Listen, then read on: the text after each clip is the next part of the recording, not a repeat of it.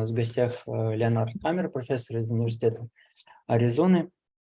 И мы сегодня проведем такой неформальный эфир, тем более первый раз на английском языке, о том, что такое вообще Университет Аризоны, зачем туда поступать, как там учиться. И вот познакомимся с первым живым профессором из Университета Аризоны.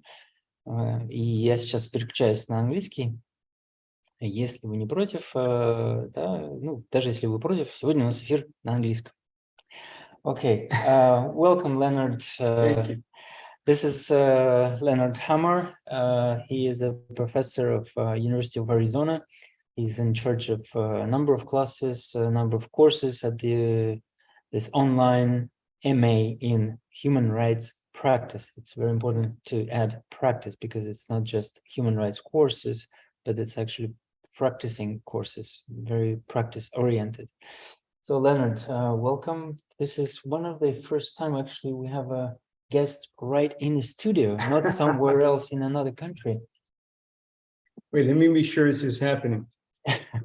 Oh yeah, it's real. It's real. It's not fake. It's not fake. I have to actually apologize to the audience. I apologize for not speaking the native tongue. I hope that will not be a negative, and I hope that you'll listen and enjoy and participate as well. And we try to speak slowly. So, For sure, did I speak too fast? No. That's fine. I think at least it's a training for people who are listening to us. So, Leonard, why you are at the University of Arizona? That's a really good question. You're actually not from Arizona. You're in Israel and the US, but not in Arizona. Yeah, what happened was that I got to the University of Arizona actually through a visiting professor position, actually in Judaic studies. In what? In Judaic studies, in studies of Judaism.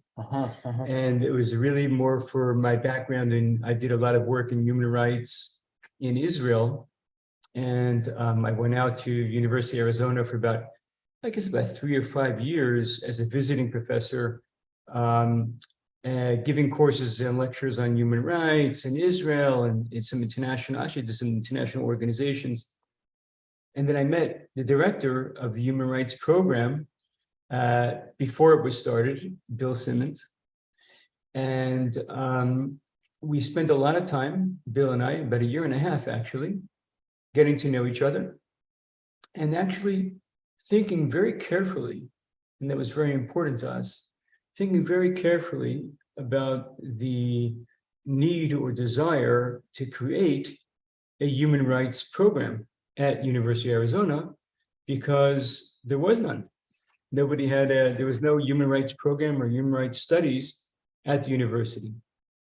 And whilst I was at the University of Arizona as a visiting professor, actually from Israel, we sat really, I still remember Bill and I sitting in a cafeteria, in a cafe, then it was called Panera Cafe, at the bottom of my office, for hours, really looking at other human rights programs that existed around the world, and especially in America and American universities, and thinking about what could we do that would be different, and what could we do that would help in terms of moving forward human rights protection. So you actually crafted this program. It's not that you jumped in on already prepared number of courses. Correct. Bill and I really sat a lot. We thought about it a lot. The construct, how we were lucky. We actually were very lucky because we could shape it and create it as we felt we wanted to, and as we felt would be the most beneficial to the students and to human rights practitioners. Particularly, I'd say there were kind of like 3 or 4 pillars or ethos or foundations that we wanted in the program.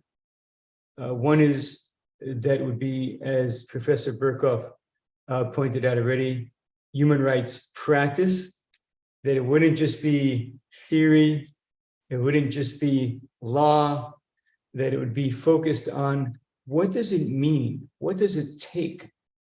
What does it involve to be a human rights practitioner? To be somebody who's involved in practicing human rights. How can we best train somebody, to be a practitioner of human rights? That was number one. Number two was, or is, what we call project-based learning. We both felt, and we still do, that the best way to learn is through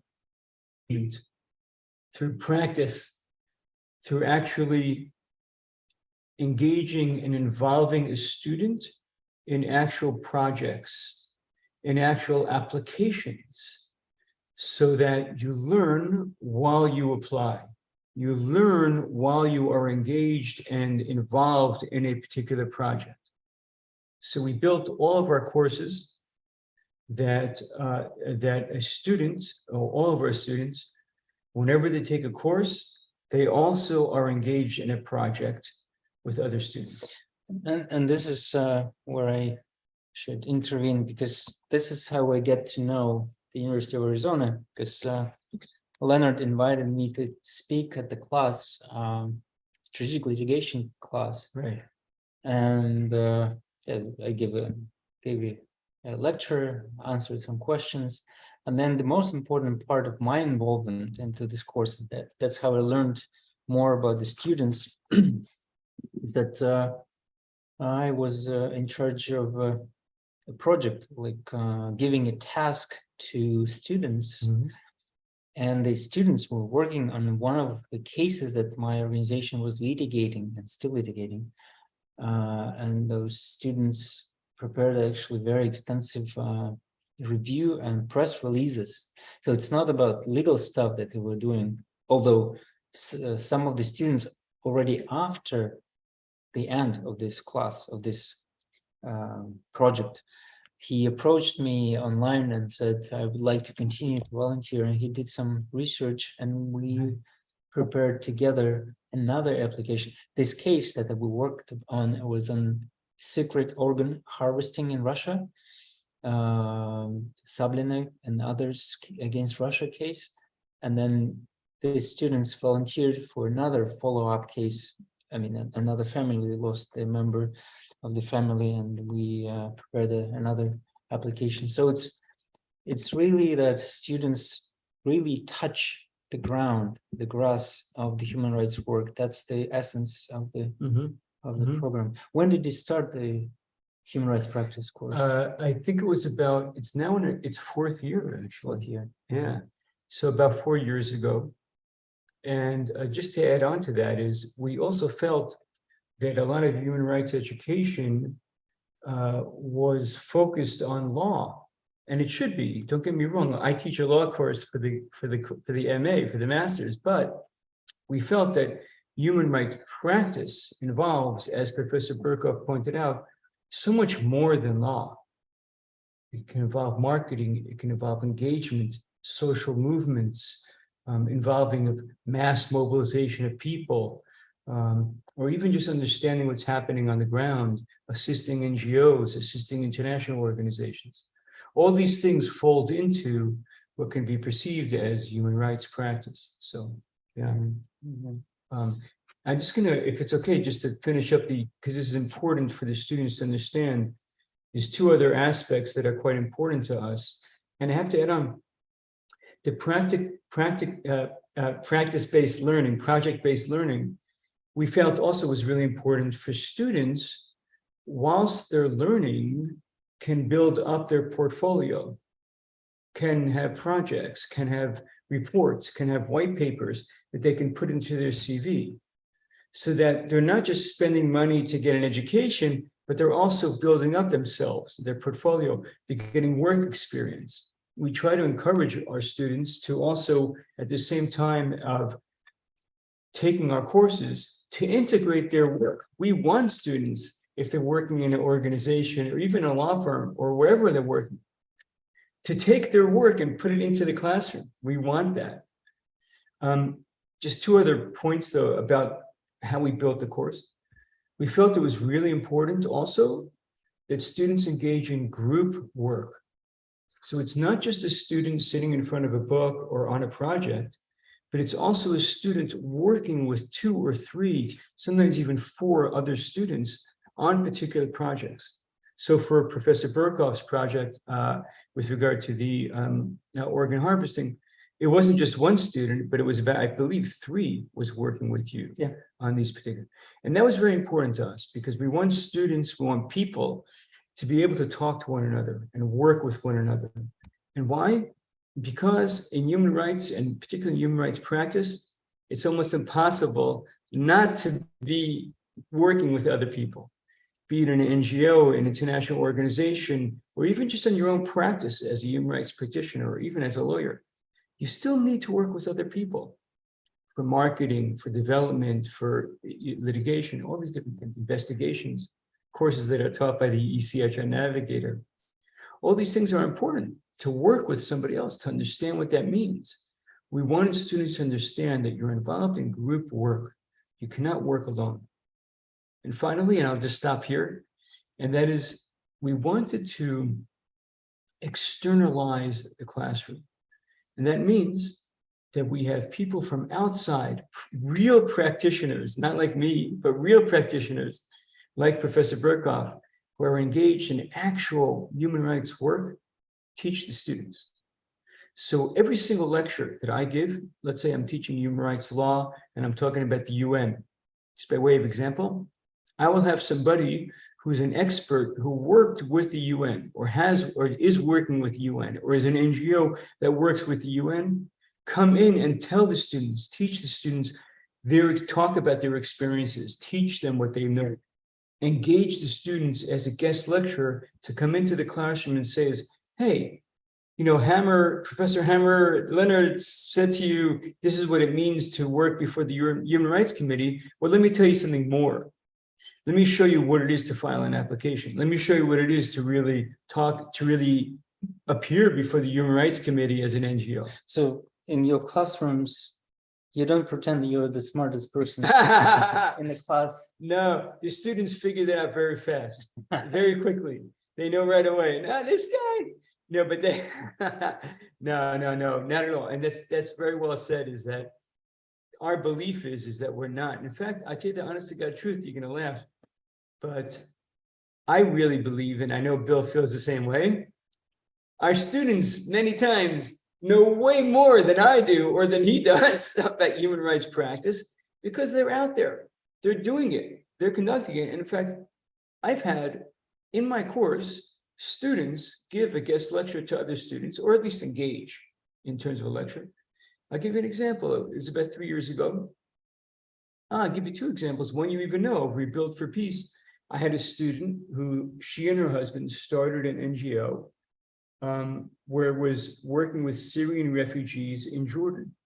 And what they did is they set up, this is before she even took our courses, they set up a what's called remedial education, where they would teach refugees various vocations, they're called, how to be an electrician, how to be a seamstress to fix clothing, how to make shoes, you know, things like that. Things like you could sort of like work anywhere, but it helps you get a job, especially as a refugee, where you might not have a lot of capacity, you might not have had an education, you might not have gone to high school, let alone university or anything.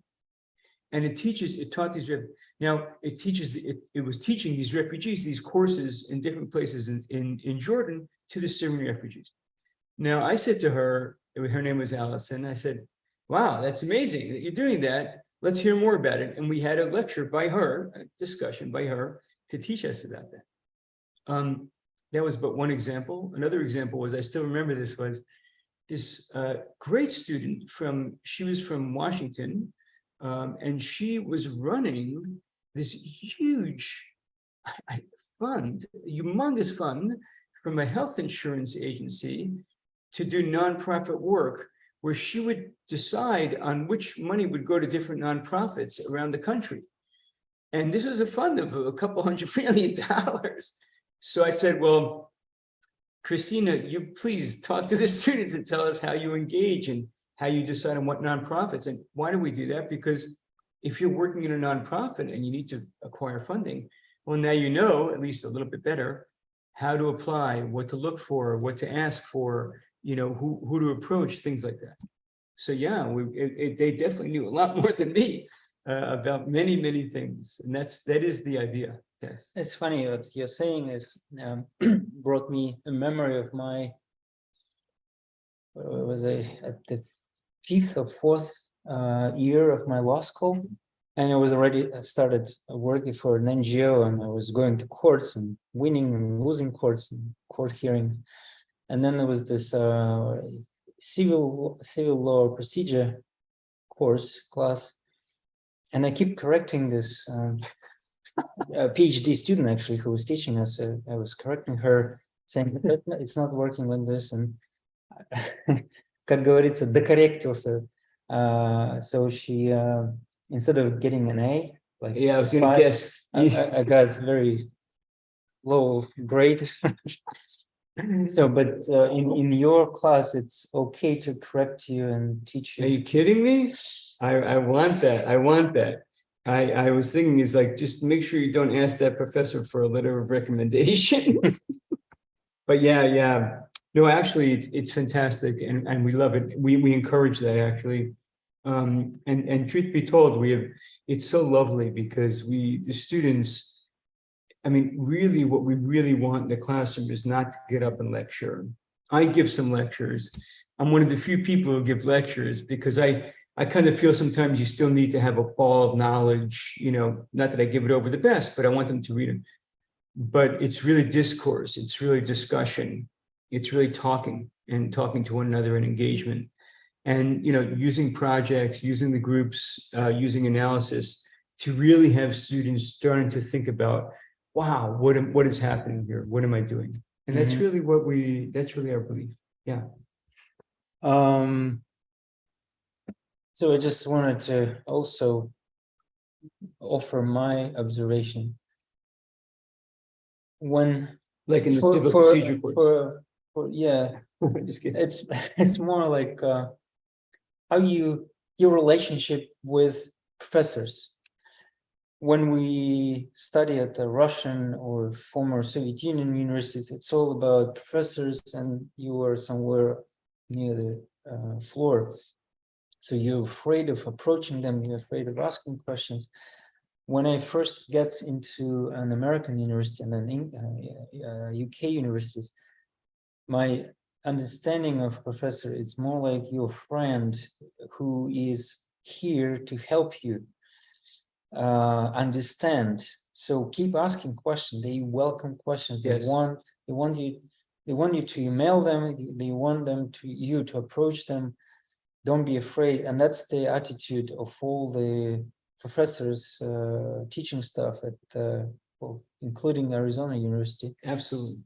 So absolutely, it gives a lot of comfort to study. No fear of asking a stupid question. There are no stupid questions. No stupid questions. Correct. I like this impression. There are only questions that were unasked. Yes. Yes, exactly right. That's really true. And it's so important to us. And you're right. It's like that in US. It's like that in UK. I think by us also, we're a master's program, right? So right away, students are not 18-year-olds, but they're hopefully more mature, and there's so much to offer and so much to think about. What I think is a good way to describe the program is that, and I'm sure this is true for the audience of the ECHR-Navigator, is, these are people, I'm sure all the people watching, hopefully, that are watching, what you've been practicing, you're out there, you're doing things on the ground, but not everything's clear all the time. You might be that it's like almost like entering a store. Sometimes you go to the same store every time, so you know where to go, where to get the milk and where to get the cheese and where to get the bread. But as practitioners, sometimes we're running around, we're not sure where this is, where that is. I always see the idea of our courses is to give a little bit of order. How can I socially mobilize this group how can I approach this issue of housing rights? How can I engage in this organizations, 5 organizations on gender-based violence, get them into the room and create like a mobilized effort of 5 organizations together, because that's more powerful, right? So you could think about that, or even better, how can I think about funding a particular initiative, you know? So the idea of the courses, at least as we see it as human rights practice, is to think about the order, to think about, wow, how can I approach it? How? And usually you have all the information. Usually it's all available. It really is. But it's more thinking about it, the structure. And again, I'm listening to you from a perspective of not a Soviet Union, but Russian student, but still this Soviet Union style of teaching. Yeah. So in our law school, they taught us really not in order, not where to find stuff, where to find the law, but we were teaching, we were learning law. But then since my graduation, what was it, 93, all the statutes, all the laws, all the regulations has changed. So it means I already have no law degree because everything changed. But the approach in American, UK universities where I studied, so I can say, and they teach you how to find stuff, not how to зазубрить, как это по-английски, зазубрить, you know, learning by heart, memory, memorize. Yeah. So they don't memorize, they give you an order, they give you a pattern, how to find, how to think. So you continue to find right answers in your life, in your practice. So, and then after the classes, what kind of classes? Well, we have actually separate video recording on the classes, so we won't spend time now. We can give you a link. The question is, where do you find, where your students find yourself after the class? What's their future? We got a lot of questions. Can I be an attorney in the US after this course? Can I do practice law? Can I do that?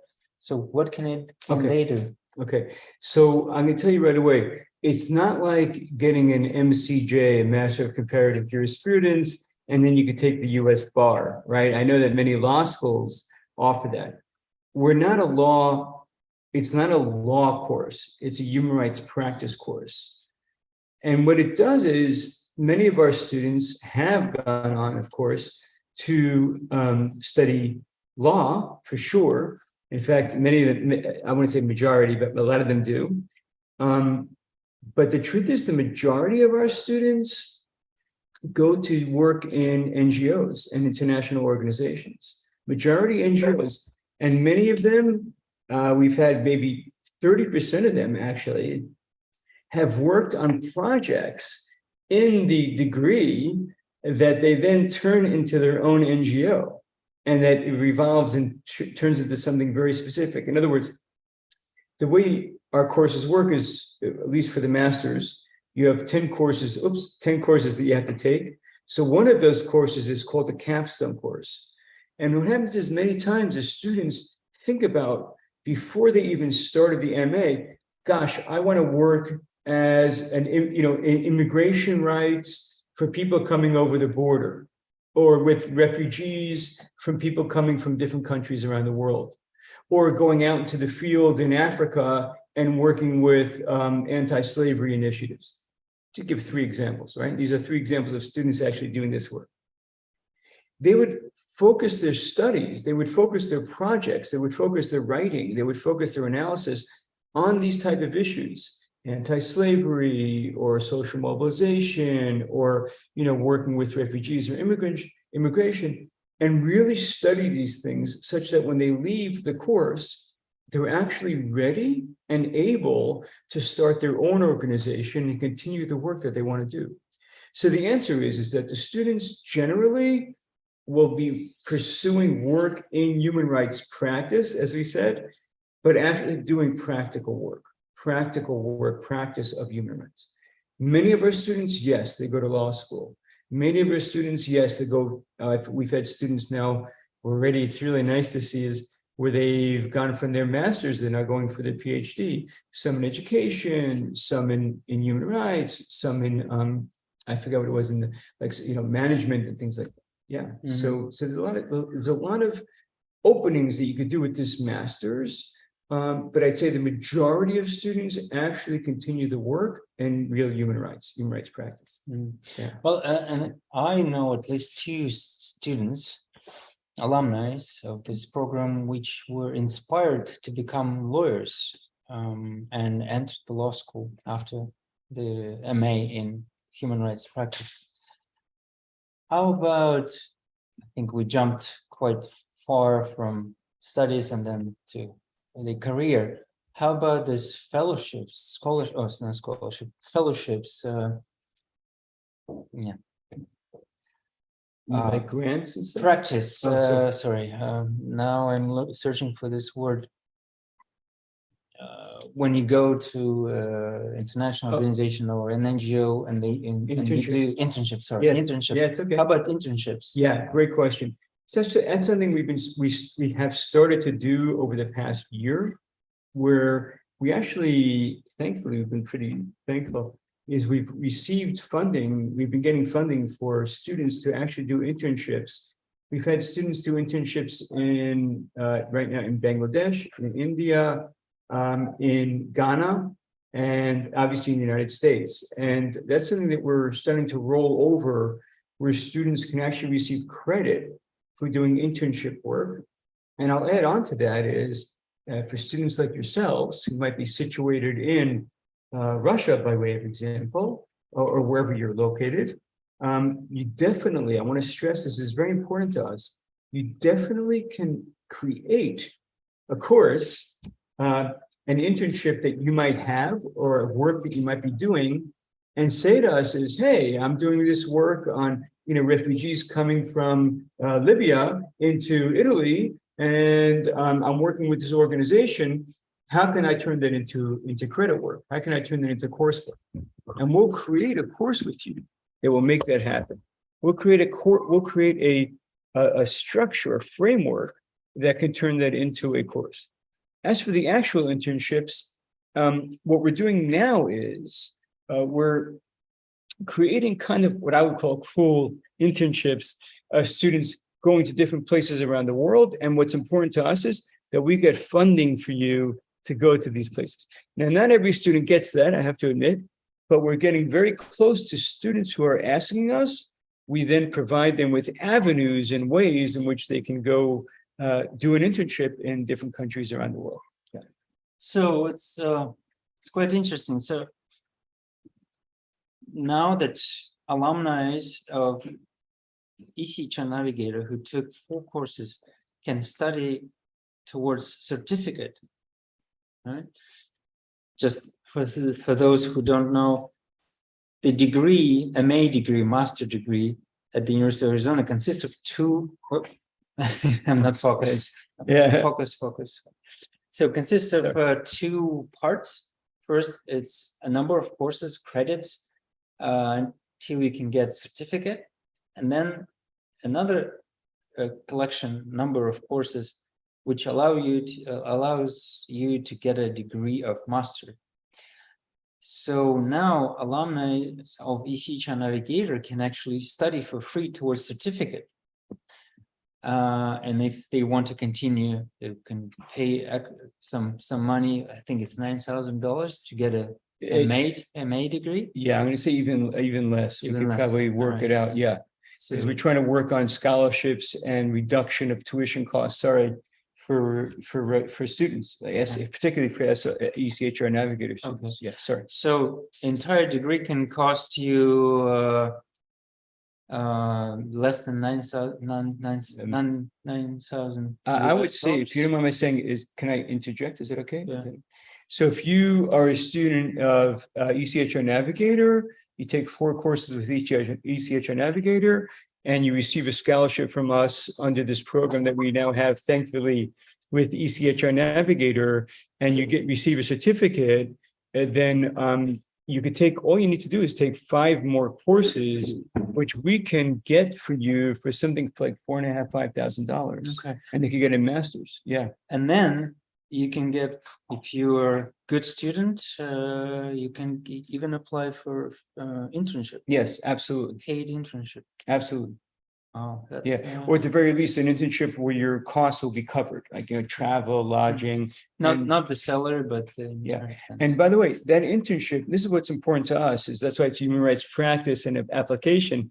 That internship can count as a course. So if let's assume you want to work with, this is what we were doing the past couple of years, just by way of example, working with Rohingya refugees from Myanmar who are now situated in Cox's Bazar in Bangladesh, right? And we're doing different projects with them, assisting their kids, developing their educational tools and things like that. So what we have been doing is applying for funding to have students go out to Bangladesh and work for about 5 or 6 weeks with these different students, with these different refugee children in Bangladesh. We would count that as credit towards a course. So it's a give and give. It's a two-way street where everybody's driving the same way, which is good. Thanks. And we want to keep this this live event short because it's in English, but still last question. So you don't have to pass any exams to get master's. No, you do need a first degree, and we have to see that, that it's a first degree. Did decently well. Obviously, if you failed, it's not good. Now you're talking about exams to enter university. There's no exams to enter the MA, correct? I see what you're saying. And I meant to say is that you still have to have a degree, though, like, it could be international relations or communications or even we've had students from psychology. Yeah. But okay, another question is, do you have to pass any exams to actually get the degree? I see what you're saying. Within the degree itself. So I'm going to tell you the honest to God truth. I don't give exams in my courses. I don't believe in exams. I'd say probably everybody does not give exams. It's more projects. It's more work that you do to demonstrate to the professor, like myself, let's say, that you've done this work. I look it over, I make comments, and it's a give and take. It's a discourse. But we generally don't have exams in this. So basically, you check the knowledge, not by giving exams and test questions, but through these projects. Through application. Correct. It's human rights practice. Right? I'd say one thing. The only exam I'd say that's involved is we would require a student to apply and demonstrate they know English. So there might be, I'm going to call that an exam, but it's really more of just taking demonstrating that you know English. That's all it is. That's the only exam, I guess, it would be. Well, from my experience, you really need English to apprehend, to understand, and to be involved in those projects, those classes. So take care of your English and come back to us. And once in a while, we run this webinars explaining to you what's University of Arizona. We also expected some alumni, more alumni to speak. And now we have one student already enrolled for the program. Yeah. The ЕСПЧ-Навигатора alumni who just entered the courses and started her studies. Another one is coming up. He was giving us the scholarship from the University of Arizona. He will start his program soon. Yeah. So we will be sharing the experience. They are willing to share the experience as well. So you can be more familiar how it is like to study at the University of Arizona and whether it's worth of investing your time, not money. It's free. Key. But the time, it's a biggest investment. Time cannot be returned. But I'll tell you this, we really do want more ECHR-Navigator students. Please think of applying. You can contact me. You can contact Professor Berkoff with questions as well. And yes, it'd be great to run more seminars too. I agree. Yeah, and feel free to leave your questions. If somebody have questions right now, we can ask it by your voice or by text. If there are no questions, we can finish our live event today. Even if you get your questions later on, I don't know, you have questions with the applications that we're going to remind you the link to the application to get the scholarship. Please feel free to ask questions in our chat, personally to me, I always answer. I can pass your questions to Professor Hammer. Mhm. So it's, don't be afraid of ask American professor any questions. We'll get Exactly. we'll get something. Yeah. Question. Chat there? For some reason, I can't open chat. Show chat. Can you ask? Maybe stop share. Right, let's see. Yeah. All right. Thank you for. For sure. Is that from Anna? Yeah. Thank you, Anna, for coming. I hope it was enjoyable and informative. I hope to see you guys as well in courses. All right. Sure. We wrapping up. Мы заканчиваем. Спасибо вам всем за внимание, кто смотрит нас в видеозаписи. Мы на связи. Пожалуйста, пишите нам, приходите на наши курсы. У нас становится все больше и больше. Сегодня уже их 16 курсов. Будет больше. До свидания. Хорошего вечера, ночи. До новой встречи в следующую среду. И в следующую среду, кстати, мы начинаем 17-й курс по защите в уголовных делах в кассационных инстанциях. Максим Никонов, адвокат из Владимира, проведет первое занятие. Приходите на занятие бесплатное, открытое. Будет много интересного, много нового. До свидания. Thank you.